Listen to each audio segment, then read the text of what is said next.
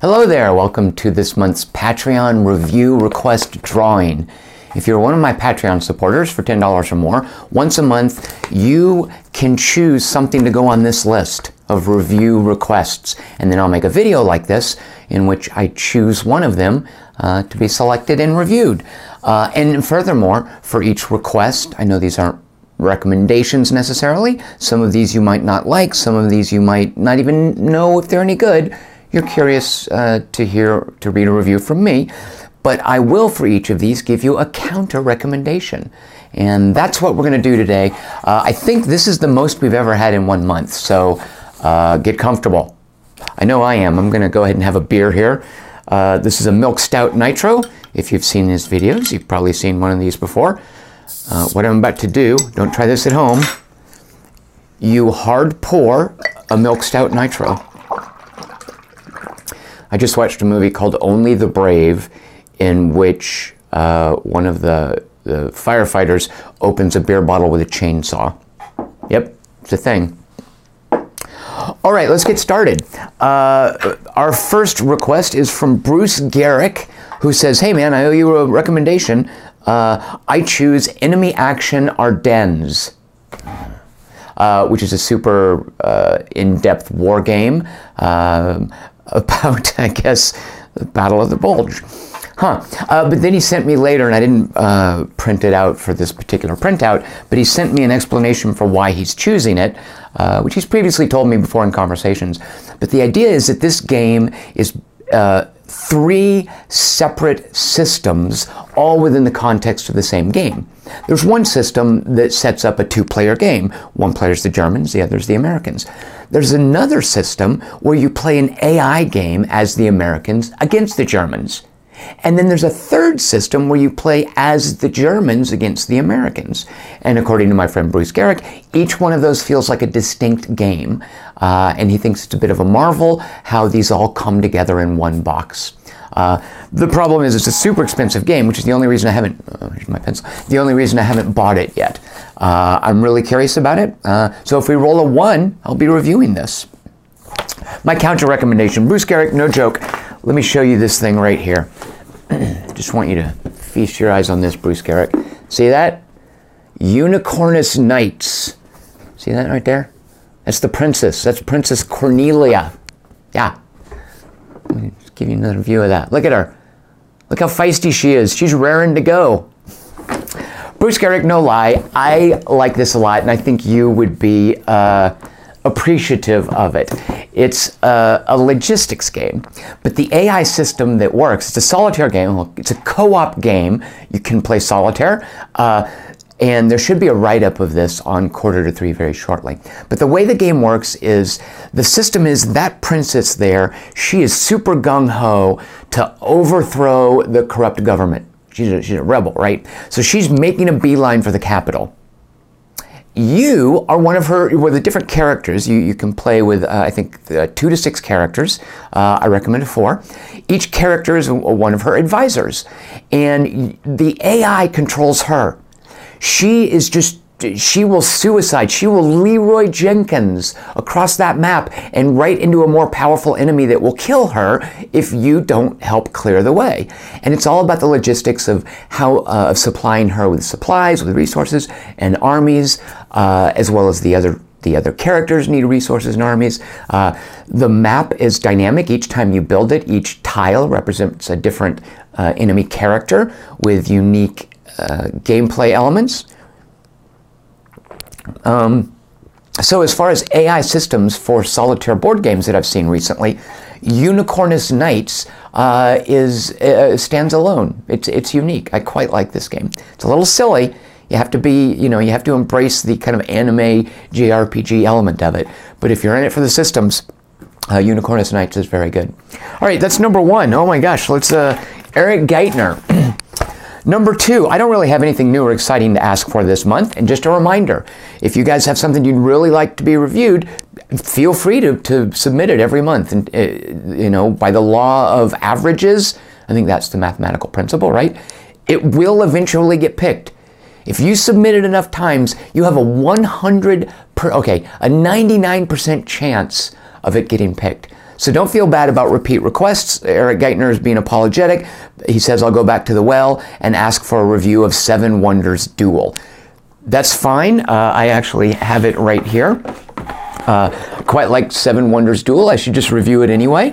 And this just came out. An expansion for it that adds, literally, God powers. And I haven't gotten to use this, but I like the idea that they're going with. Seven Wonders Duels is very elegant. It's a concise game. I was skeptical that an expansion would work, but I like the way they integrated the new God powers. My counter recommendation, Eric Geithner, I think you and the missus, because I know part of what you are looking for are games you and your wife can play, would appreciate this little thing right here. And I'd forgotten about it until my friend mentioned it recently. Can you guys see what that says? This right here, these are the cards for Dead Man's Draw. And if that sounds familiar to you, Dead Man's Draw was an iOS game, it's on Steam right now as well, I think, released by Stardock. And it was a little two-player card game. And the cards are just numbers and symbols. But the thing is, each symbol has a distinctive power. And it's a cool thematic, head-to-head, vaguely naval pirates fighting each other. And you also, in the card game, you have different characters with unique powers. Dead Man's Draw is really good. It's simple, it's quick, it's easy to learn, it's varied, you know, it doesn't get stale, it's not a puzzle that you solve, plenty of randomness, lots of interaction. It's basically a push your luck game. You keep drawing cards. If a card kills you, you're out. So the tension is, do I dare take another card and maybe wash out? Or is this card, you know, can I add this to my power? So Dead Man's Draw is my counter recommendation, Eric Geithner. Lucas Necessary begins, and I hope you guys don't mind me reading the full emails. I've been busy slaving away at work, aka being bored to death talking to airplanes, which makes me think Lucas Necessary is an air traffic controller. Lucas Necessary, that's very cool. Have you seen the movie Aftermath? It's the kind of movie that I think an air traffic controller would find comedic. It's not supposed to be a comedy. It's a very sad, very serious movie. Arnold Schwarzenegger's in it, and Scoot McNairy, and there's people that die. It's terrible. It's not funny. But I think if you were an air traffic controller and you watched this movie's idea of what air traffic controllers do, you would find it comedic. Lucas Necessary says, I've been busy slaving away at work, so I hope this isn't too late. Nope, unrelated to that. You were the first person, he writes, to not make a joke about my last name, which makes you incredibly unique and restrained. Lucas, I would say thank you, but I think it comes from my own last name. And I know how you feel, brother. I understand.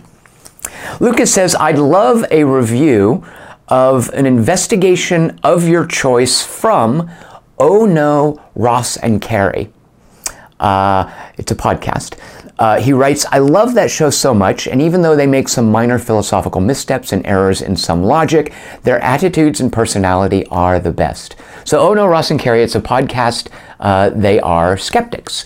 And on different episodes, they will not just debunk, but experience fringe science and scams, and they did a long series on Scientology, which is pretty sobering. There's a super fun sequence of episodes about UFO conferences. So what Lucas is asking is for a review of my favorite of their investigations. And he doesn't say episodes because some of their investigations cover multiple episodes. And Lucas, I know exactly which one I would pick. So my counter recommendation, it's a book that I have written by a well-known skeptic, a debunker, and I was thinking, okay, yeah, I need to find that book. It's called Why People Believe Stupid Things. And I was looking on my bookshelf for it. I was like, yeah, I want to show it. The writer's a guy named Michael Shermer. If you read Skepticism, Skeptics Inquiry, what's that magazine? At any rate, Michael Shermer is sort of a luminary among skeptics, and his book, Why People Believe Stupid Things, is literally about why people believe these things. And looking for this book on my shelf, I found it and realized, oh, no, it's called Why People Believe Weird Things. And I think Michael Shermer is being much more charitable about junk science and pseudoscience and superstition and alternate facts than I felt like being these days. So why people believe weird things, not necessarily stupid things, let's not be judgmental. There's my counter recommendation. Lucas, I presume you might know that book, but it's interesting to read through it these days. You know, it was all fun and games when it was UFOs and Bigfoot, but you know, when you start talking about things like vaccines and presidential elections, people believing weird things is a lot less charming. All right, Luke says, Total Warhammer 2, I want to read what you have to say about the campaign, which has been compared to Shogun 2. Then Luke says, and you guys, when you do this, you know, you're giving me the flexibility to do what I will. Then Luke writes, or Endless Space 2. Then he continues, yes, give it 5 stars, but you have to respond to 3 Moves Ahead's most recent Endless Space 2 podcast, which is critical of diplomacy, pirates that are more aggressive than other races, and an AI that is too passive, leading to a lack of interaction with other races. He says, man, I wish you still worked with those guys sometimes, and more Tom Chick game podcasts, please. Thank you, Luke. Oh, and by the way, I didn't even plan this. You see this? Swag. I don't get a lot of swag. This, and I think I got an air freshener for spin tires. It's the only swag I've gotten in the last years. So my temptation is to respond to those allegations about Endless Space right now. I kind of agree with some of them. I think if that's what you're talking about when you're talking about Endless Space 2, I think you're missing the point.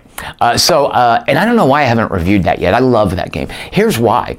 It's one of these games, there's so much content in there that I can't imagine ever getting to a point in Endless Space 2 where I feel, yep, okay, I know this thing inside and out, I'm ready to completely evaluate it.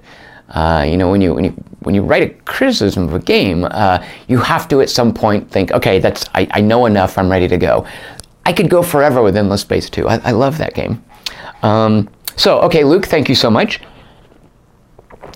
Of those 2 choices, Luke, Total War Warhammer 2 and Endless Space 2, what they have in common to me, and what I like very much about both of them, I don't know Total War Warhammer 2, but I certainly know the first one. What I love about both of those games, and what I think needs to be maybe the first thing you talk about when you talk about those games and why they're worth playing, is the asymmetry. The way the different factions play in Warhammer 2 and in Endless Space 2 and Endless Space is uniquely valuable. I think that is what those experiences are about, and that's certainly what appeals to me. So my counter recommendation to you, Luke. This is an old game, and it is a board game, but it is accessible, it is quick, it is easy to learn, and it is founded very, very strongly on the foundation of, that's redundant, asymmetry. It is a super old game called Cosmic Encounters, and you can get reprints of it. I think there's lots of expansions. Cosmic Encounters is just idiot-proof, dead simple game where you've got little, basically, armies and you use them to attack each other, and last man standing wins, pretty much. But each player draws an alien race that gives them extreme game-breaking asymmetrical powers. So when I think about what makes Total War Warhammer 2 and Endless Space 2 good, I think back to the enduring quality of asymmetry in Cosmic Encounters. There's my counter recommendation. Oh, and then Luke says, oh yeah, make the dog choose, she is wonderful. I guess choose between Total Warhammer 2 and Endless Space 2. All right, and yes, she is wonderful. Her name is Honey. She's off sleeping right now. Number 5, Matthew Jameson. Going to recommend the best holiday horror movie you'll see all the... Let me start over. Matthew Jameson says, going to recommend the best holiday horror movie you will see this week, Better Watch Out. Matthew Jameson, I'm not a fan of it.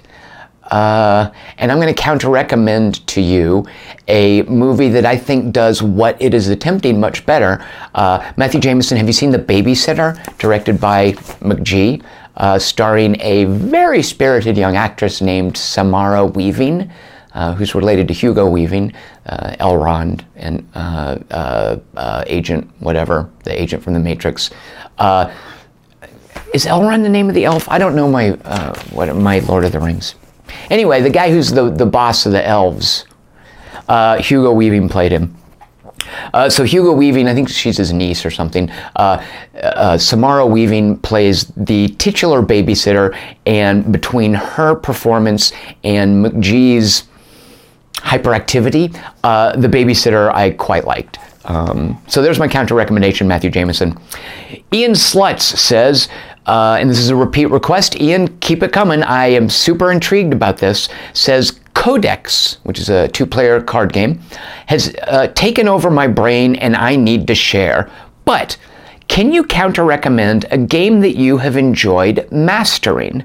Not just playing, but getting deep into it, he writes. Thank you, Ian Slutz. That is an interesting approach. A game that I've enjoyed mastering. I don't think there are many games that I have mastered. I don't necessarily pride myself at being good on games. We recently had a tournament with playing Rise of Nations, a real-time strategy tournament, and there were only like 8, 10 of us, and we squared off differently. And I did far better than I thought because I think I've played a lot of that game, and a lot of it is muscle memory, and a lot of it is just sort of remembering the gameplay systems, and they come back to you after a few games. It's like riding a bike. But I wouldn't say I've mastered it. I don't think I would fare very well in an actual competitive environment, like just playing online with people who play normally. So I don't master a lot of games, Ian. But what came to mind as I was thinking about it, there are games that I enjoy playing, that I enjoy the repetition as a way of getting better. And that is specifically racing games. I don't mind with racing games going around and around the same track and learning that track and getting better and better at finding the line, at shaving seconds off of my time, at trying different vehicles on that track to see which vehicle might be better suited to it. And the game that I've been doing that with most recently, Ian, is a Wipeout clone called Redout. It's a PC game. It's science fiction, maglev racing in futuristic tracks. And there's lots of DLC for it, lots of tracks. It's got a long, drawn-out career mode. It has online play. It's beyond my skill level. But I love mastering the different tracks, environment by environment. And I've gotten through the desert area. I'm working on the jungle area. There are outer space areas, each with multiple tracks. And the tracks do crazy things in Redout. So there's an example, racing games. I really enjoy mastering them, and the one I've done it with most recently, over the course of the last year or so, just playing it here and there, picking it up, is Redout, which, by the way, has VR support, and it's something else in VR.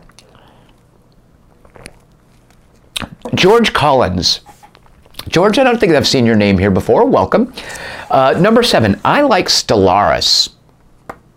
George, I have reviewed Stellaris, and I don't know that if you like Stellaris, you might want to steer clear of my review. I was not very kind to it. The review was shortly after it was released. Stellaris has come a long way since its release, and that might have something to do with why you like it as much as you do, George. But my review was super harsh towards it. I was very, very disappointed in it when it was released. I've revisited it a couple of times, George. So if we draw a 7, George, I will consider that a re-review of Stellaris.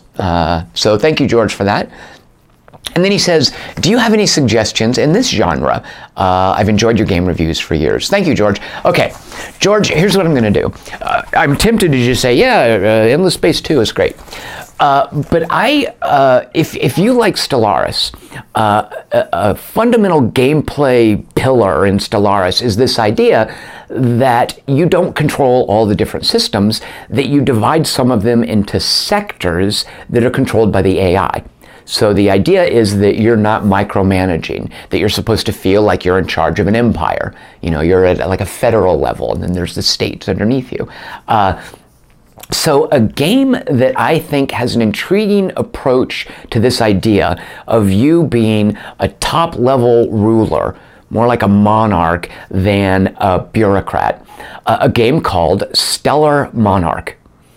It has, it's a unique approach to 4Xs and this idea of being in charge of fleets and planets that are developing and a tech tree. It has really cool court intrigue stuff. It's kind of generic sci-fi-y. If it had more personality, I would actually not hesitate to compare it to Crusader Kings 2. Because it kind of tries to play at that level with your courtiers and the people that you put in different offices and appoint as admirals of fleets and whatnot. But I thought that was a fascinating game, and I wouldn't hesitate to recommend it to someone who appreciates Stellaris.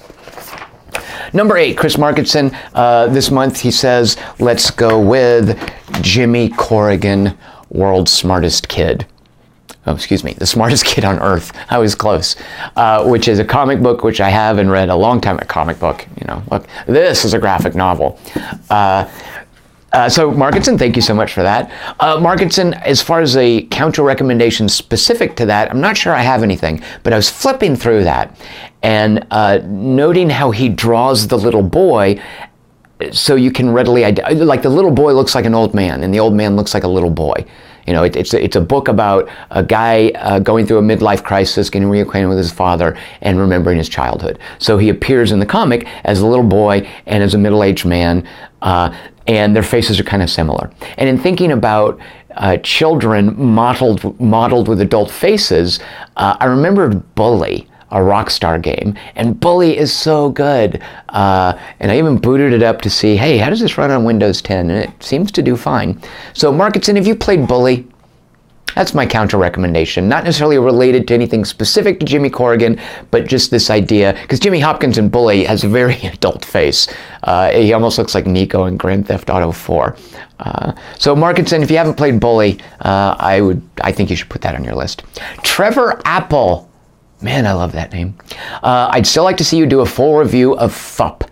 So that's my request. And I have it here. I've read it. I haven't sent it back to the library because it might get picked. Man, FUP is so, I don't want to say charming because that makes it sound twee. It is not twee. Anyway, so FUP, as you can see here, is about a duck. And the duck is named that because someone thinks that it would be funny to name a duck FUP, because FUP, duck, get it? I think that's even a line in the book.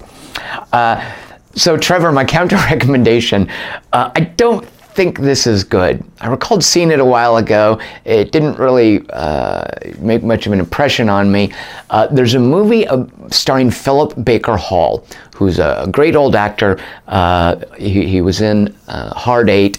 Paul Thomas Anderson basically revived this guy's career as a character actor, gave him some great roles in Hard 8, in Magnolia. There's a movie with Philip Baker Hall and a duck. He plays like an old man who is lonely and forms a relationship with a duck. He has like a pet duck, and the duck follows him around, and that's the movie. And I was thinking, what is that movie called? I need to remember that because that's what I want to kind of recommend to Trevor Apple. So I went to Philip Baker Hall's IMDb page, and I was going down his list of credits, and the guy's got 150, 200 credits. And I was going down the list thinking, man, I hope I recognize the name when I find it. And I'm going down the list. Oh, and there's the movie. It's called Duck. So how could I forget that? There's my counter recommendation, Trevor Apple. Number 10, Sam Spackman just writes, Command Ops 2, Highway to the Reich. Some war game, probably about the Normandy beach landing, and it's probably like operational level. But then I looked it up and saw that it was actually about Market Garden. It was not Normandy Beach. And that kind of is, that's more interesting to me, a war game of Market Garden. Because Market Garden was, it was an airdrop. This idea was that Holland is kind of sliced in half by the Rhine, anyway, by a river. And, if we were going to invade Nazi Europe, that would be our northern flank coming through Holland, and so we needed to secure the bridges on that river. So they did a massive airdrop to grab the bridges, and airdrops are tricky things because you're dropping men and equipment. It's not like an orderly unloading off of a boat with a huge navy behind you. You're being dropped. It's a one-way trip out of an airplane, and stuff doesn't tend to like fall in one place. So a war game about Market Garden, I think, is more interesting to me. So Command Ops 2, Highway to the Reich, number 10, I will happily review that, Sam Spackman. Sam Spackman, here's my counter recommendation. And this is an old game. I can't imagine it holds up. I was a little despondent to see that it's on, it's basically abandonware. You can go to various abandonware sites and find it. In 1998, a fellow named Tim Brooks made a war game called 101: Airborne Invasion of Normandy. I know, but it was kind of an XCOM, like a tactical level World War II combat game. And it modeled airdrops in such a way that I think a modern video game audience would rage uninstall it. Because what it would do is you would roll up your team and you would equip them with equipment. You would name your dudes, and I think you maybe even gave them skills or whatnot. And you set them up into squads, and you got them all ready to go. And you pushed them out of the airplane, and in the process of dropping, random things happened. They might be separated from their equipment. They might be separated from each other, because this is what happens during an airdrop. They might die. You might roll up, 8 characters you're going to play in the campaign, and upon launching a mission, one of them dies. You can't do that in a video game, but that's the peril of an airdrop. So there's my counter recommendation, Sam Spackman. Tactical level, whereas Command Ops 2, Highway to the Reich, I think is operational and strategic level, but 101 Airborne Invasion of Normandy by Tim Brooks. Patrick Casey, number 11, Aphex Twin Selected Ambient Works 2, he writes. Whew, Patrick Casey. So I called this up on YouTube and listened to it, and it's the kind of music that gets put on when you're getting a massage. Patrick Casey, don't know what to make of this. My counter recommendation is music that I used to listen to a lot. So there were times I was listening to this, and it reminded me of the soundtrack to Escape from New York, composed by John Carpenter himself, who liked to do his own music most of the time. And it's just a bunch of like Halloween, and there are varying patterns or rhythms or keys, I don't know, but it's a lot of that. And, I loved that movie as a kid, so therefore I loved its soundtrack, so therefore I loved listening to that soundtrack. I can't say it holds up, but sorry to say, Patrick Casey, listening to Aphex Twin, that's what it reminded me of. So that's my counter recommendation. The original soundtrack to Escape from New York, and I believe that's available on Cerise. What is that label? Cerise Vera Band that does soundtracks.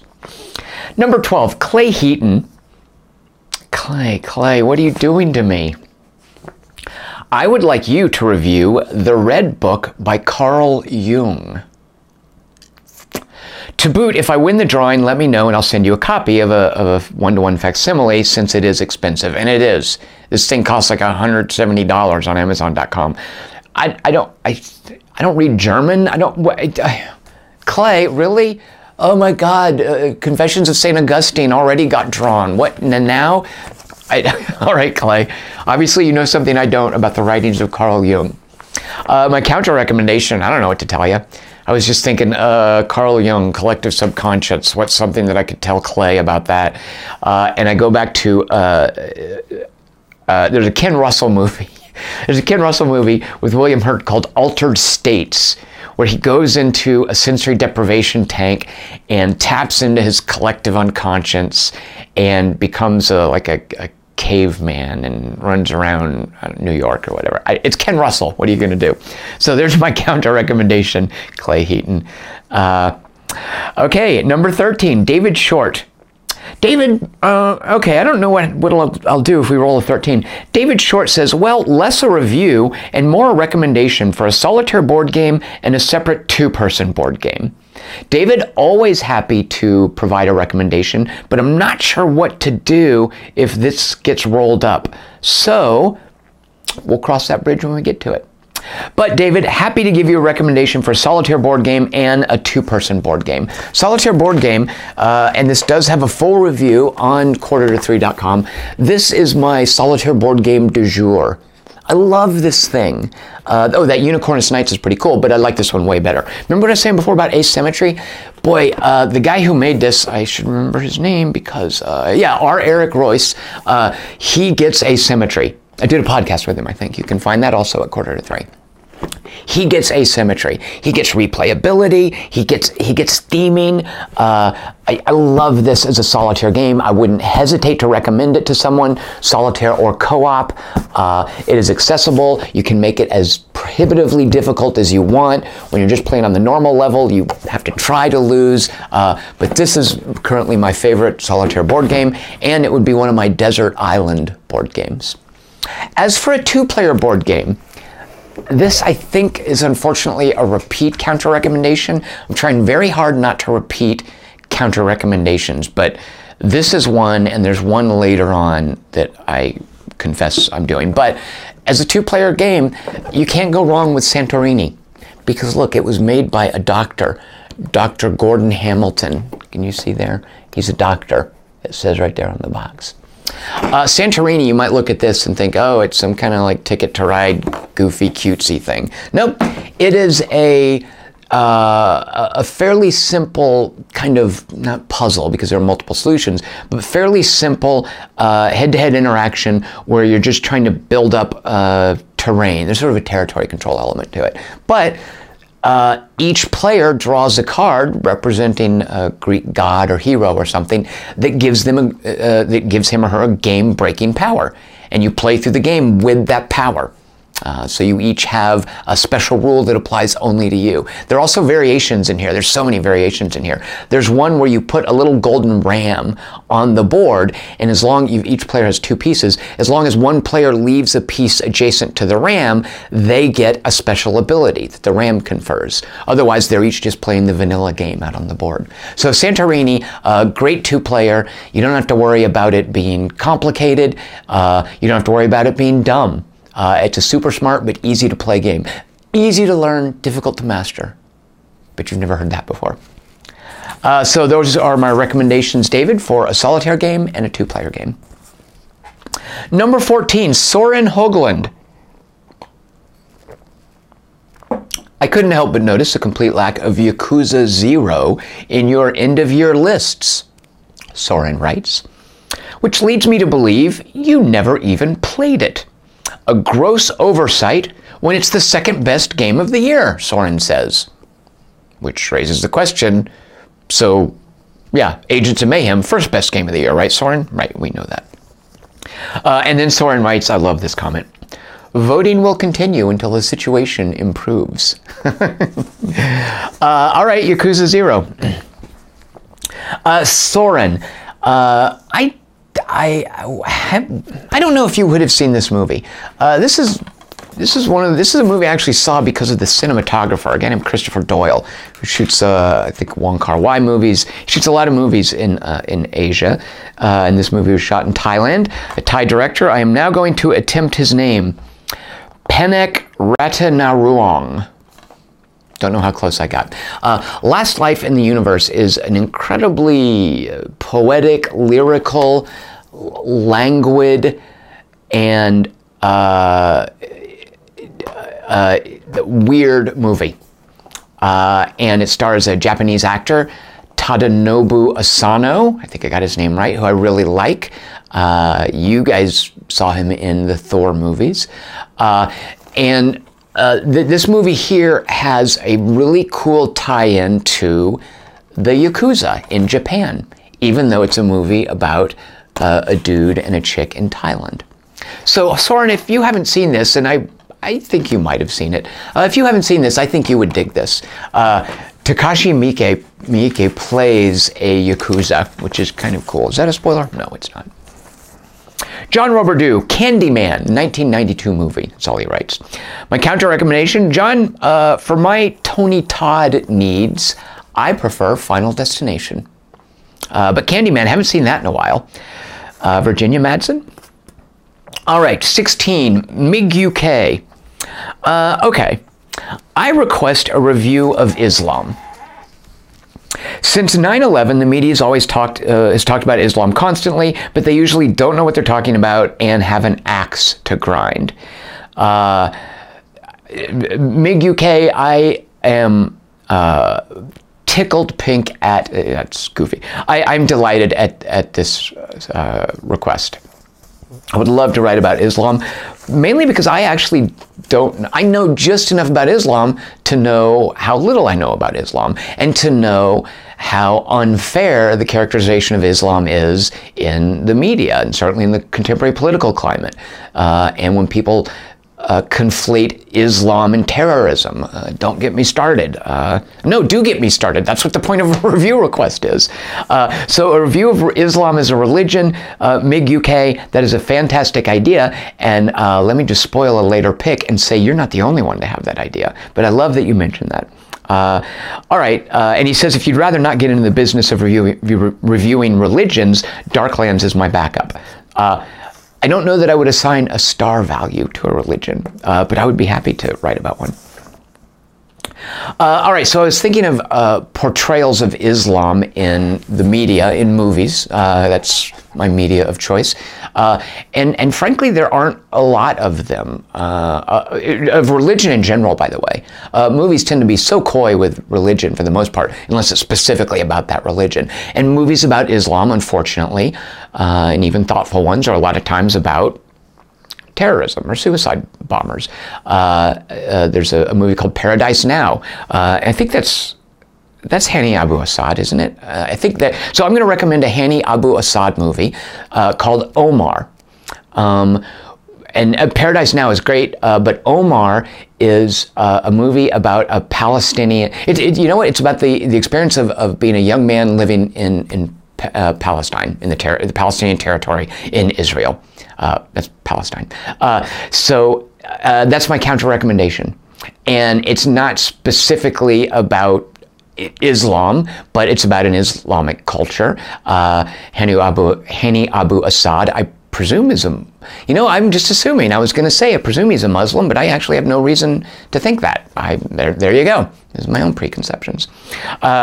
So there's my counter recommendation. It is a movie about Muslims that is, well, I was going to say it's not necessarily about terrorism, but that's not so much the case with Omar. But anyway, I recommend Omar. And stay tuned because I'm about to say more about that. Joseph Montgomery, number 17. Another year, another Consider Phlebas request. It's the Ian Banks novel. Joseph says, I made the mistake once of asking for something else, and then blam, I won with a joke request, never again. Though, if I were to request something else, it would be Made in Abyss. I have no idea what that is, Joseph Montgomery. So he goes on to explain, it's like The Children's Crusade, okay, meets Roadside Picnic, okay, it's the book that Stalker was based on, meets, and I assume by Children's Crusade he means the historical thing, meets Annihilation, which is the Jeff Vandermeer, is that his name, novel that's now an Alex Garland movie, meets Yuruma. I have no idea what that is. Wow, well, whatever Made in Abyss is, interesting. I looked it up, it's a cartoon. Yeah, it's anime. It's a comic book. Oh, yeah, it's a comic book that was turned into a cartoon. So Joseph Montgomery. But you know what? You guys feel free to get me to review anime. I don't know anime, and if you want to hear a layman's perspective on anime, hey, hit me up. And then Joseph says, oh, and Made in Abyss has a really nice soundtrack. This song does a better job of describing the show than I did, and he links to a song. So as far as cartoons are concerned, Joseph Montgomery, my cartoon of choice, and I don't think I've used this as a counter recommendation yet, the only reason I watched it is because it won a review request, and I am so glad it did, because Rick and Morty is not just a cartoon. It is some of the smartest science fiction writing that you will see. So there's my counter recommendation, Joseph Montgomery. Surely you know Rick and Morty. I was going to say, you might be the guy who picked that, but I don't think that was you. Number 18, Chris Dahmer says, The Phantom Toll Booth. I can't believe you haven't read it. I must have mentioned that on a podcast or something. He says, it was my favorite book as a child. Curious to see how it holds up for adults. Okay, Chris Dahmer's always happy to read some YA. YA lit. Here's the YA lit that I remember that I reread as an adult and thought, okay, well, it's for kids. It's intriguing to revisit. I don't know that I need to read the whole trilogy. But there's a trilogy written by a fellow named John Christopher, and I think it's called the Tripod Trilogy. But the first one is called The White Mountains, and it's very much young adult fiction. It's about kids in a village, and when they grow up and hit a certain age, a big old three-legged tripod, like from World of Worlds, comes over to their village, snatches up the kid, pulls it into its fuselage, or whatever you call the top part of a tripod, and then the kid is spit back out later with a surgically implanted like brain cap that tamps down his emotions and makes him a reasonable, rational person.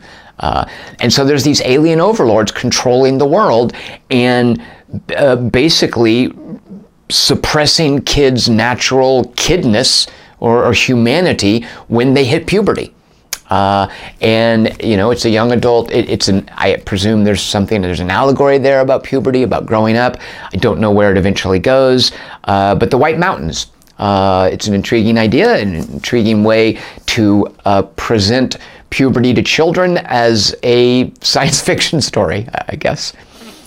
All right, number 19, Peter Michelson. So MiG UK and Peter Michelson, I am just delighted that you each had this idea. Peter Michelson said, I thought it was really interesting where you were going with the whole Islam thing during the last video. So I've decided to request a review of Islam. If I were you, I would maybe not do a review. Peter says, that's fatwa territory, and we all know you can't touch a PlayStation game without having a few of those called down upon you. So maybe just tell us your thoughts behind the, quote, beautiful expression of monotheism, end quote, comment that you made during the last video. So right away, Peter Michelson. I think, Peter, you are, it's okay to say, I think you're in Scandinavia, right? And you guys there, like especially if like you're in Denmark, where all the stuff about the newspaper that invited illustrators to present their interpretations of what Muhammad looked like, and that kicked off a huge big deal. So I think that created this exaggerated sense in Denmark of not exact. I think that basically was a rude awakening in Denmark to the. I think the word is anaconism. It's not iconoclasm. Islam prohibits certain interpretations of Islam prohibit the presentation, the drawing, the representation of human beings in general and living creatures, and specifically of the Prophet Muhammad, which is why a lot of Islamic art is just weird, boring patterns like spirograph stuff. And that's like, hey, here's our art. And then us Christians are like, here's this cool picture of the Virgin Mary. Here's Jesus walking on water and the apostles in a rowboat doing miracles. You know, here's God touching Adam's hand in the roof of a chapel. And then Islam's like, oh, we crossed these lines and they're gold and they're patterns. So, where was I going with that? Oh, so anyway, there was this huge furor from Muslims around the world. I mean, this became... it sort of fed on itself. This became a controversy, this newspaper in Denmark running these pictures of Muhammad. Just people, illustrators saying, hey, here's what I think Muhammad might have looked like. So Peter, if you're over there, this whole idea of a fatwa, I can understand you might be more sensitive to that than other people, specifically maybe if you are in Denmark. And certainly I think, you know, in Europe, some people would trace a direct line from the Charlie Hebdo shootings in France to what happened in Denmark, and I think that's unfair. So, at any rate, I'm no Salman Rushdie. I am no cartoonist. Nobody is going to be upset with me for writing about my opinion or my perspective on Islam.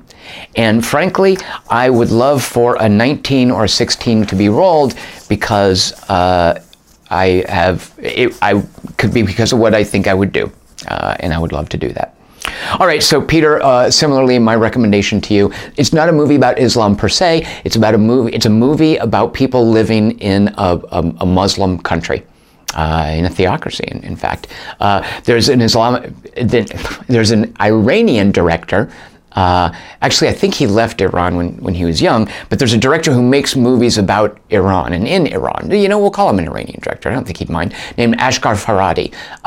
And he has a heartbreakingly good movie called A Separation. So A Separation is my recommendation. It's not specifically about Islam, but it's about people living under the theocracy in Iran going through a divorce, something that the people would all understand. So there's my counter recommendation. Andrew Shee, number 20. All right. And you guys can feel free to be as terse or as garrulous as you like in these requests. So Andrew Shee has a little bit of a story here, which I quite enjoyed, and I'm not going to share with you guys.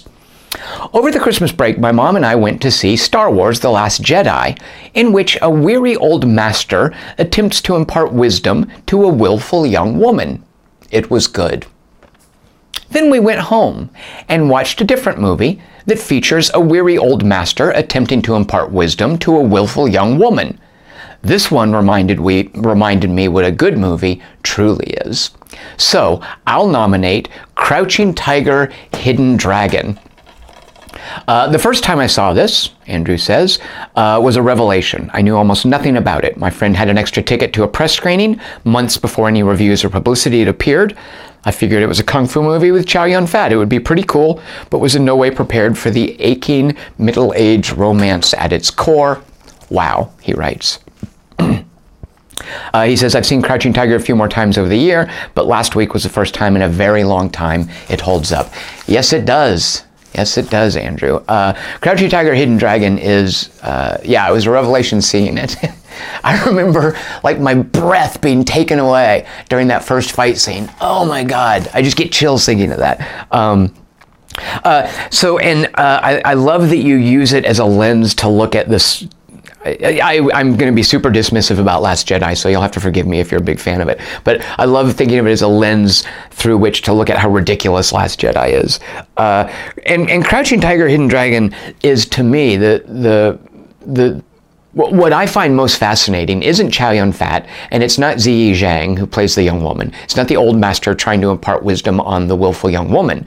And in fact, I kind of get a little restless when we go to Ziyi Zhang's subplot and her falling in love with the barbaric horde riding guy. I'm like, oh God, get back to the other plot already. Because to me, what I find most fascinating and heartbreaking is Michelle Yeoh in Crouching Tiger, Hidden Dragon.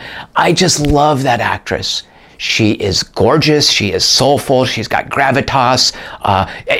She's gorgeous. She's hot. I love Michelle Yeoh. I've watched so many crappy movies because she's in them. So here's a counter recommendation. Have you seen her in Sunshine? She's got, it's an ensemble movie, but it's just so, like, tragic what happens to, spoiler, what happens to her in Sunshine. And I just love her role. I love how she plays a kind of maternal, she plays a very nurturing character in Sunshine, literal nurturing. All right, so there's my counter recommendation, Sunshine. Yeah, Crouching Tiger, Hidden Dragon, Andrew. Yeah, wow.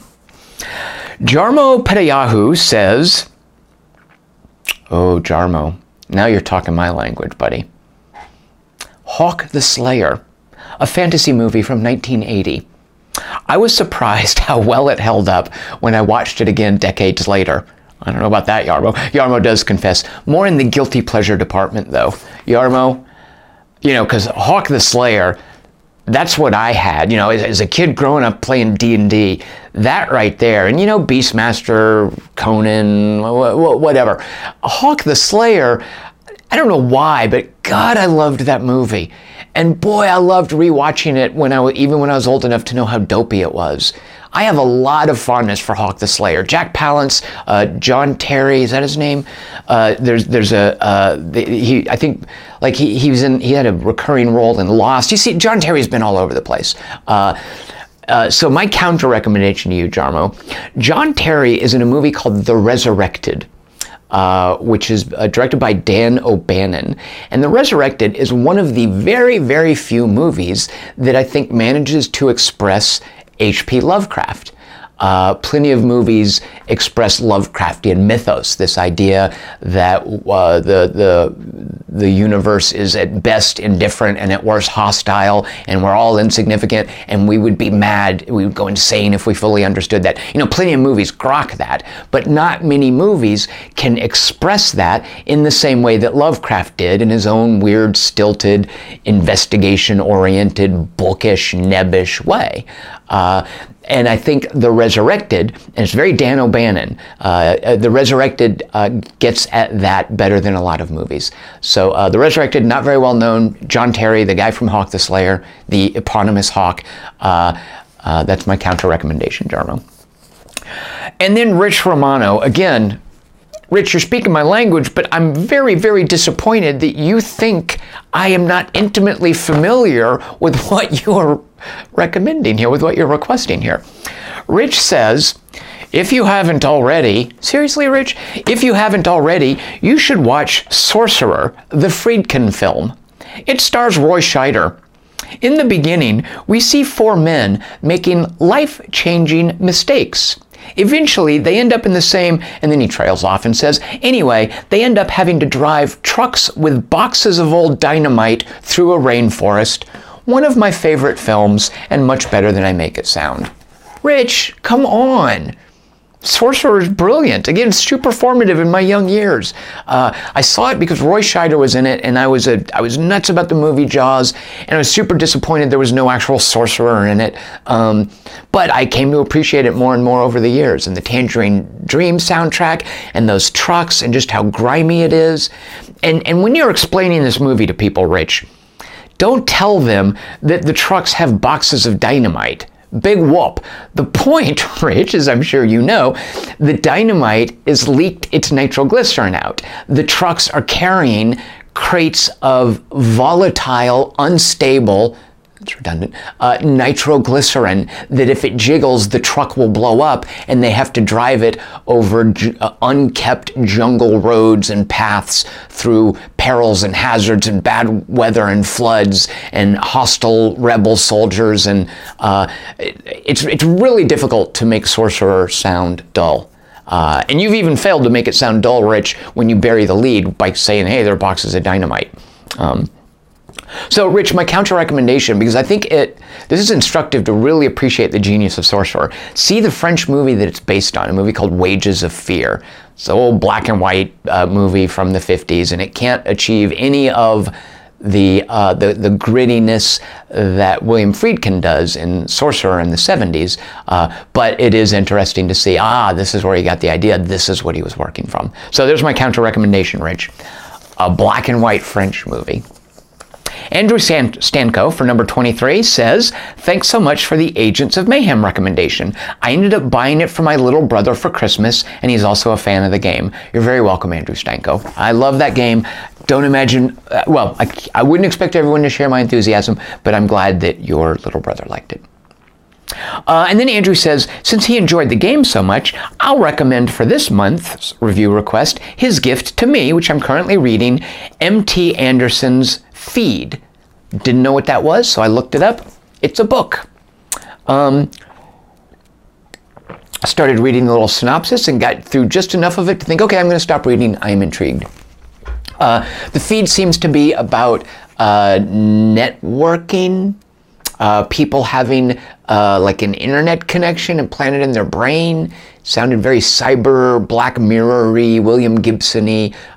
So I'm super intrigued to read that, Andrew, and I hope you enjoyed it. I imagine you finished it by now. My counter recommendation, not quite as dramatic with the sci-fi, but David Eggers wrote a novel called The Circle, which is, I think, a pretty funny satire about social media and its impact. Yeah, I don't recommend seeing the movie. I've heard that the movie really screws up important elements of it, but the book, and specifically there's a scene, well, at any rate, yeah, The Circle is really funny. All right. Alex Chapman, number 24. I would like to vote for Divinity Original Sin on default difficulty. I think you'll love this game as much as me, hopefully. So what I tried with that game, I've got this whole weird thing about difficulty settings in games. And if you start up Divinity Original Sin, it says, hey, change the difficulty however you want. Make it as difficult as you want. Make it easy. Make it normal. But if you play it on, and I think they call it like tactical, they give it some word that I trying not to scare you away. If you play it on tactical, you can't change the setting mid-game. And I was like, yeah, that's for me. I like tactics. I don't want to change the setting. I want to fix difficulty setting. I want the developer to tune that, to balance it. You know, you work that out. It's not my job. So I played on tactical, hit a dead end in pretty short order, and bailed on the game. Tactical was too hard for me. So what Alex Chapman is saying, dude, stop, just suck it up, deal with the difficulty level, enjoy the writing, enjoy the combat, enjoy the characters, which I probably would. So Alex, fair enough. Alex, my counter recommendation, you might have heard me talk about this game, Age of Decadence. It's a game that you can just avoid combat completely. It doesn't really have a difficulty level because it wants to tell you a story. It doesn't want to push you back. It doesn't want to necessarily create a challenge so much as unfold a cool narrative. And Alex, I would guess maybe you've played Age of Decadence. In which case, did you know that he made a tactical, like XCOM-y type game using the combat in Age of Decadence, which plenty of us skipped past because it was combat optional. Combat was optional in the game. He made a game called Dungeon Rats, which was an XCOM-y thing, I think, in the Age of Decadence universe. So there's my counter recommendation, Alex.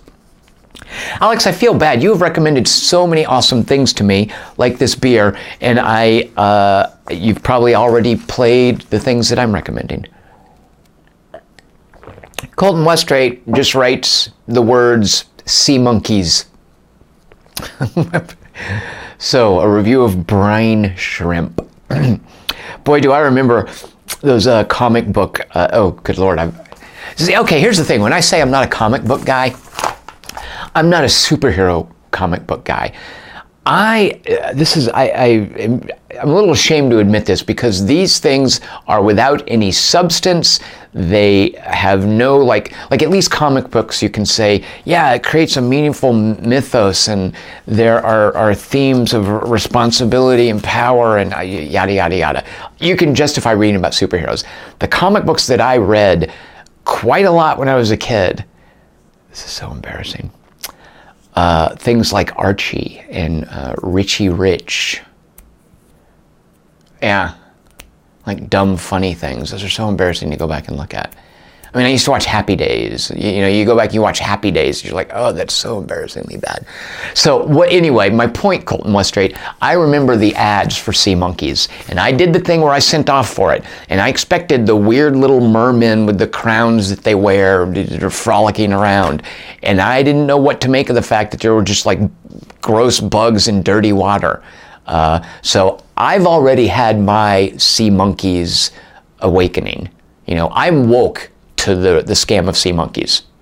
But you know what? Maybe I'm saying too much and this should be part of a write-up. So Colton Westrate, let me counter-recommend to you a set of hundreds of army men. They're little and they're green, but you've got like a mine layer, you've got a submachine gunner, you've got a scout, you've got a ranger, you've got a radio operator, you've got a general, there's a lieutenant in there.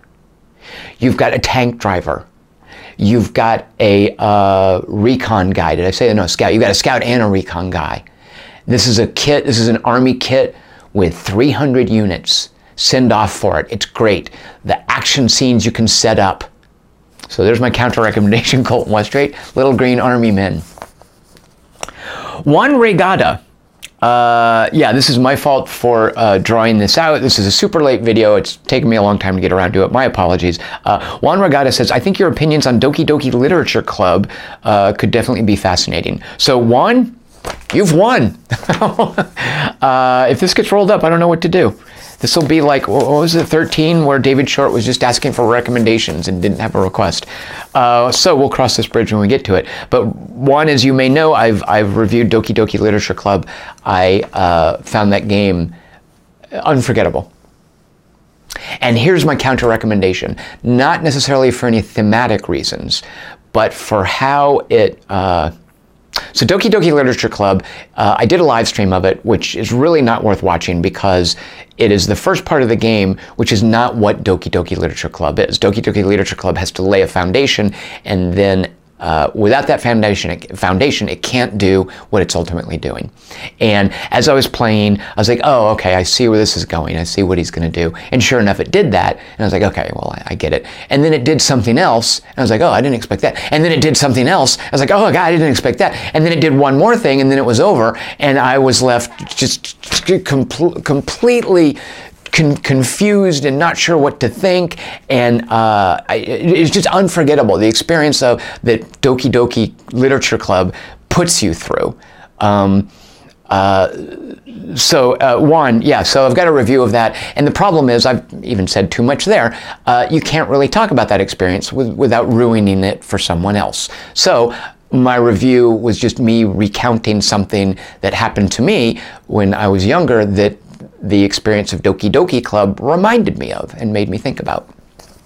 So, at any rate, for that, for the way that Doki Doki Literature Club plays with and breaks narrative to shocking effect, I will counter-recommend, and again, not for thematic reasons, not for any genre reasons, but just mechanically for what it does, I will recommend Michael Haneke's really difficult to watch movie, Funny Games.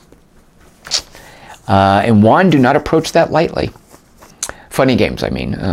It's not an easy watch. Sandu Bogey. I looked these up, Sandu. Sandu says, if selected, let's have you do a weekly or monthly Lynchian level crazy weather report a la David Lynch for all of 2018. This is a long-term assignment, Sandu. Fair enough. So David Lynch did these weather reports, and they're just little videos of it's all, everything I'm saying, it's all you need to know. It's David Lynch telling you what the weather's going to be like. So Sandu Bogey isn't wanting me to review that, but he's wanting me to do something like that, I guess. And Sandu is the fellow that almost had me, well, you know, the random number gods weren't with him, but if they had been, I would be running for Congress. That was Sandu's other request.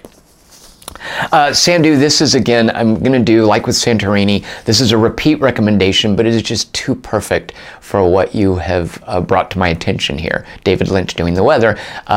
When it comes to enjoying the quirks of an ingenious director, of a director with a distinct, unmistakable voice, for enjoying that in a comedic situation, like David Lynch just reading the weather, I cannot recommend strongly enough Werner Herzog's performance in a movie called Incident at Loch Ness. Not a movie, it's a documentary, about a documentary. You know, that's all I'm saying. If you like Werner Herzog, you can't tell me you're a Werner Herzog fan until you've seen Incident at Loch Ness. Fleming Madsen. Fleming, I don't think I've seen your name on these review requests before. Thank you for joining us. Welcome. Number 28. Happy New Year right back to you, as I wrote in your best games of 2017 thread. I've had a great year on Quarter to Three, and I look forward to another of the kind. So I guess Fleming is from the discussion forums. And Fleming says, yes, I know you probably sent this out to hundreds of people. Fleming, you overestimate my popularity, but thank you. He says, I know you send this out to hundreds of people, but you still get a personal answer from me, damn it. No, I love the personal responses. I will read these, and you get a personal response from me. So Fleming, you are as good as any of the other 33 comments here, and I appreciate you writing them. At any rate, he gets to it. He says, as for a review, I would love to hear your thoughts on Bright, the Netflix fantasy / cyberpunk / Shadowrun movie. Thanks. Yeah, Fleming, okay, so here's what I'll say about Bright, and here's why I'm going to give you the counter recommendation I'm going to give you. I really appreciated the effort that Joel Edgerton was putting into acting behind makeup. And that's what I'll say. yeah, so, and what it makes me think of is a movie that I enjoyed far more than Bright. I'm not a Star Trek guy, and I think the conventional wisdom about Star Trek Beyond is that it's a Star Trek movie for people who aren't Star Trek guys. It's like an action-y movie. But I really like Star Trek Beyond a lot. I liked how nuts it got. And one of the things that I appreciated in Star Trek Beyond, and I wish it hadn't done this, the same way that I wish that Joel Edgerton didn't have to struggle behind all that makeup. Idris Elba, stuck behind all that makeup for the bulk of Star Trek Beyond. He does get out from behind it a little bit, but at that point it's a little too late. He's had to do all the heavy lifting from behind the makeup. And same, by the way, with Sofia Boutella.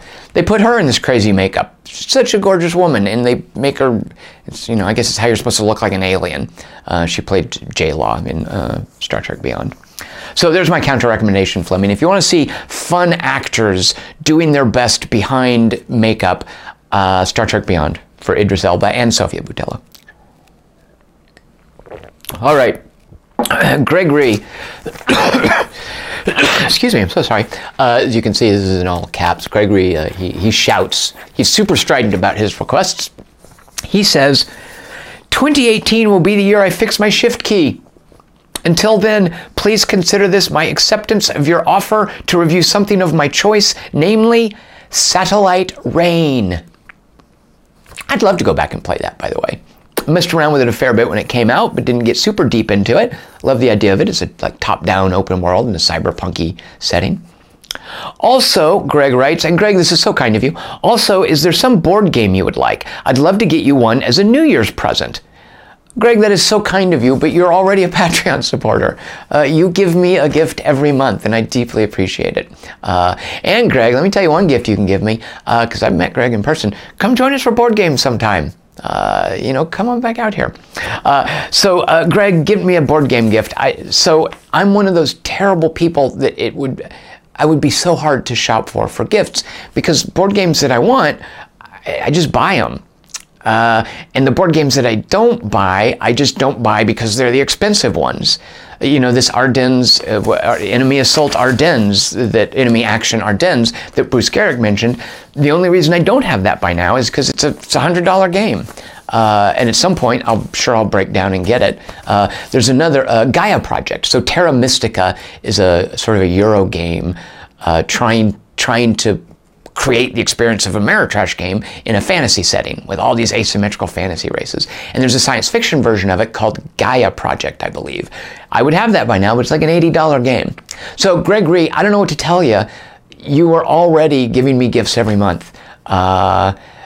So you know what? If you're Greg, how is your career as a rich lawyer coming?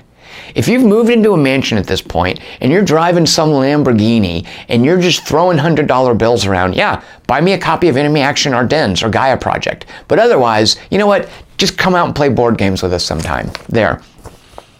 Oh, and then Greg warns me, and I might have set myself up for this. Warning, a non-answer may net you the board game that best fits my intellectual pay grade, Stratego.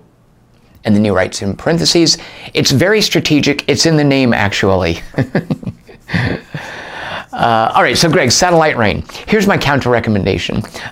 This is a little-known indie game, and it's kind of rough. It's one of these games that you can tell, boy, they've got the heart, if not quite the capacity to polish their design.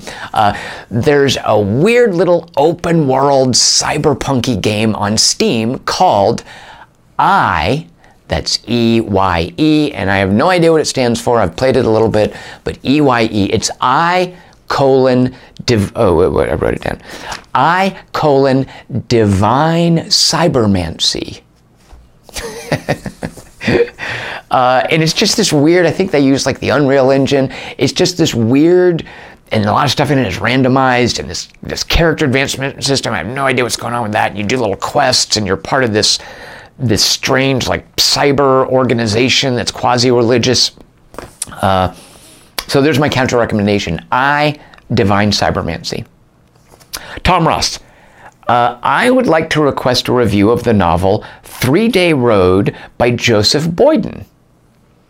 Now, normally when you guys request books or movies I don't know or games, I'll go online and I'll start to read a little bit about it, just enough to get myself intrigued, and then I will stop and think, okay, that's all I need to know. I am now curious. Tom Ross, I didn't even have to look this up because Tom Ross knows how to intrigue me. He says, the book follows a young Cree man through the horrors of the First World War. And more to the point, he then writes, I'm a big fan of books that could be described as miserable tragedies filled with harsh tension, such as Cormac McCarthy's The Road, David Adams Richards' Mercy Among Children, and the works of Margaret Atwood. I don't know that Mercy Among Children book, Tom, and I've never read Margaret Atwood. I haven't even watched that Hulu series. He says, I also enjoy military history books such as Stephen Ambrose's Band of Brothers, everybody knows that, and works of military fiction with verisimilitude such as Tim O'Brien's The Things They Carried. 3 Day Road is a great blend of these. Looking forward to your counter recommendation. All right, so Tom Ross, that's quite the challenge. I don't want to just casually throw something down. Here's what I think you would like, Tom Ross. Like I could just, hey, here's another book by Tim O'Brien. But what you're talking about, these harsh tragedies, or real, what did you call them? Miserable tragedies filled with harsh tension. I think of, and since you're willing to read history and not just fiction, I'm going to recommend to you 2 books, I think in this order, about miserable tragedies. And if you're like me and you didn't know a lot about these cultures, there is a fair amount of harsh tension in this. You kind of know how it's going to end, but learning how different Native American cultures dealt with this collision with European colonists. There's a book by Hampton Sides, and I think he's known for writing about baseball, but don't let that prejudice you. He is perfectly capable in Blood and Thunder of honoring the material as it deserves. So this is kind of a twin narrative of both Kit Carson and the Navajo. And their fates were intertwined, of course. And it's fascinating reading, and the subtitle is An Epic of the American West. There's also another book that is about the intersection of the Comanche with the European colonists, with America spreading west. And the difference between our interaction with the Comanche and the Navajo is really stark.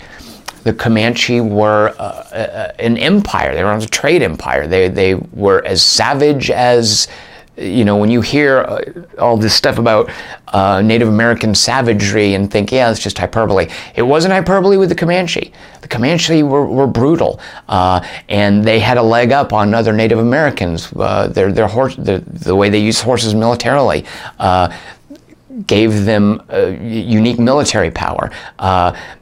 Fighting them in the plains was very different than dealing with the Navajo, who were a more agrarian power, and the Navajo had a more centralized authority. The Comanche, they were just loose bands of thugs for the most part. They didn't, you make a treaty with a Comanche group and you meet another one, he's got no idea what's going on. So as far as the miserable tragedies of what happened with Native Americans as the United States expanded, I just find fascinating Hampton Sides' Blood and Thunder, and I didn't point it out. I don't have the jacket book. I bought this used. I love these kinds of things. Someone gave this as a gift, and there's their personal note. This is Empire of the Summer Moon. The writer is S.C. Gwynne. That's Gwynne. I recommend both of those, and I would say start with Blood and Thunder. Because the whole thing, the parallel narrative with Kit Carson and the Navajo, I think makes for a more accessible story. Empire of the Summer Moon is pretty much, hey, here's what happened in the Comanche. All right, Tom Ross, so there you go. And 3 Day Road, even if it doesn't get rolled up, Tom Ross, that's something I'll get from the library. Randy Pinion. Randy, never apologize for a review request. Randy Pinion says, I'm going to send a really annoying review request. I'm sorry, Tom. And I don't understand. Oh, I think I know why you think you're being annoying, Randy. All right, I'll get to that in a minute. Randy says, you see, I really want you to review Dead House Gates by Steven Erikson, as it's my favorite book of all time, and I just like sharing it with people. Randy, that's so, that means that I'm being completely serious when I say that means a lot, Randy. If you care enough about something to say that it is your favorite, I feel like there's a certain intimacy when you encourage someone else to watch it or read it.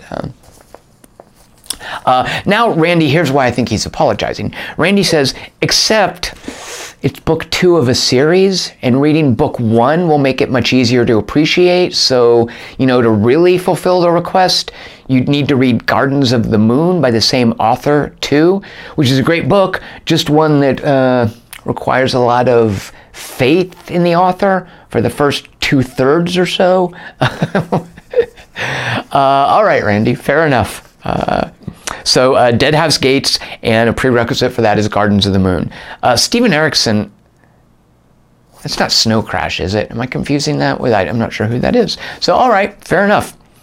So Randy Pinion, let me just, I'm actually not even really counter-recommending this, but if push came to shove and I were asked to pick a favorite book, and I might have even said this before, it wouldn't necessarily be the best book. It wouldn't be the book that I think you guys would most enjoy. It would be just the book with which I resonate the most, the one that I think had the most influence on me that was younger and has maintained that influence through the years as I've read it again.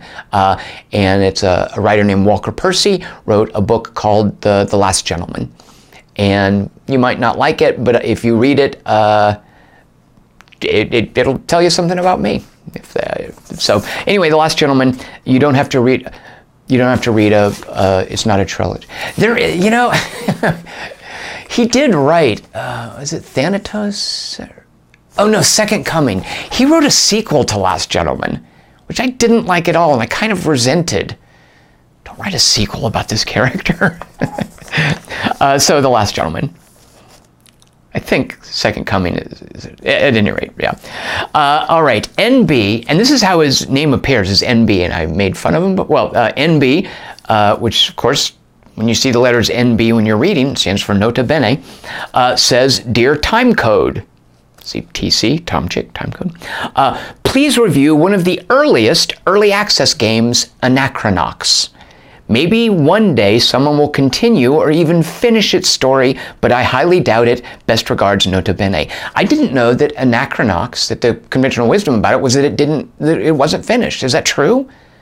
Nota Bene, you're setting me up for an experience that doesn't have a conclusion. I hate that. It's like I hate watching a TV series that gets canceled halfway through, which is why I've never seen that Firefly thing, that Serenity thing. So I didn't know that about Anachronox, and I've never played it. I mean, Tom Hall, certainly a famous early video game designer. See, where is Tom Hall these days? So that was his project, right? And it was, I think, just a straight-up RPG. So, all right, Nota Bene, number 32, Anachronox. All right, here we go. Finally, number 33, Lucas Necessary, when he said the thing about, you didn't comment on my name, thank you. I'm going to have to comment on this name because Lucas's comment just made me look at some of the names and how cool some of them are. And I wanted to call this one. Okay, Matt Bugby. And I never even noticed this before. A bee is a bug. So Bug B, I just think that's, it's a little precious, Matt. Your last name, Bugby. I can't unsee that now. Matt Bugby, number 33. Oh, he says, thanks for the counter recommendation of Adam Zombie Smasher last month. I've played it and it is absolutely amazing. So hopefully someone will check it out based on your mention. Yes, that holds up, doesn't it? This month, I had props. What other props did I have? I guess that's it. Oh, and then this prop. Excuse me, I'm sorry. Normally I can mute something when I cough, but... this month I choose Indiana Jones and the Temple of Doom. I recently rewatched all the Indiana Jones movie, and I couldn't believe how bad this one was. So I'd love to see what you think. Thanks, Matt, setting me up for the crappy Indiana Jones movie. Thanks as always. All right, so Matt, I was going to set you up with a bad movie.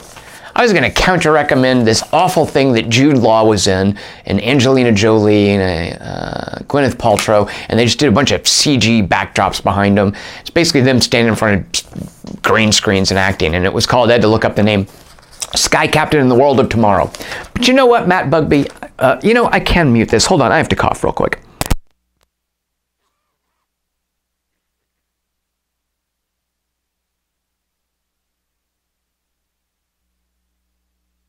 There, I could mute it.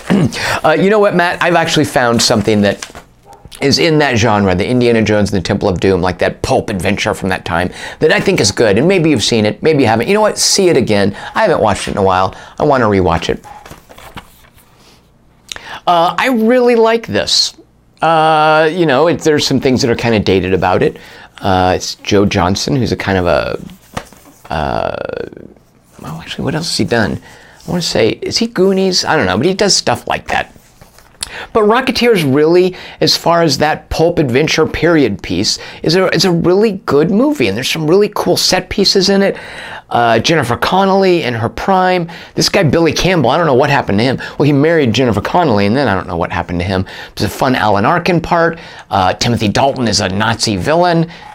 Zeppelin, I'm spoiling it, but Rocketeer is my counter recommendation, Matt Bugbee. So there you go. We have 33 review requests, and where is the iPad? Yep, it's underneath all of these things. Let's now go to randomresult.com, and I'm not going to apologize for this taking long, because you know what? I love, the more the merrier. I'm so happy to have all of these recommendations here. So yeah, we're making a long video. Deal with it. All right, we're picking a number between, I'm going to try to zoom in on this. Does this work if I do this? Oh, I can kind of do this. Maybe it'll make it easier for me to press the button. Between 1 and 33. Ready? Oh, I think it worked. No, you guys saw it shaded. Oh, it thinks I'm selecting the word district. All right, hold on. Here, I'll just hammer on it until it does something. No, pick. Oh, there, what is it? It is the number 31, which is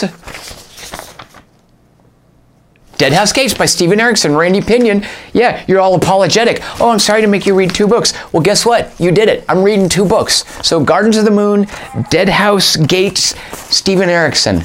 Now I have to look up, is he the Snow Crash guy? In which case, yeah. No, I Snow Crash, no. Okay, there you go. I guess I'm going to read me some science fiction. Is it science fiction? So thank you guys so much for your support. Sorry that this took so long. You will have hot on the heels of this and a message from me saying, hey, submit another review request. I'll try to turn that around more quickly. I was going to show you a little list of the outstanding reviews, but I can just post that somewhere. You know, I actually know this off the top of my head. Magic Realms, old board game. Solium Infernum, a Vic Davis game. A review of RPG character systems, and Fight Club. And now Deadhouse Gates by Steven Erikson. So, okay, thank you guys so much. I love these. I love doing this every month. This is just a high point of the month for me. Thanks for your support. Thanks for your requests. And we'll see you in about a month. Actually, less. We'll get this turned around more quickly next time. All right, everyone. Cheers.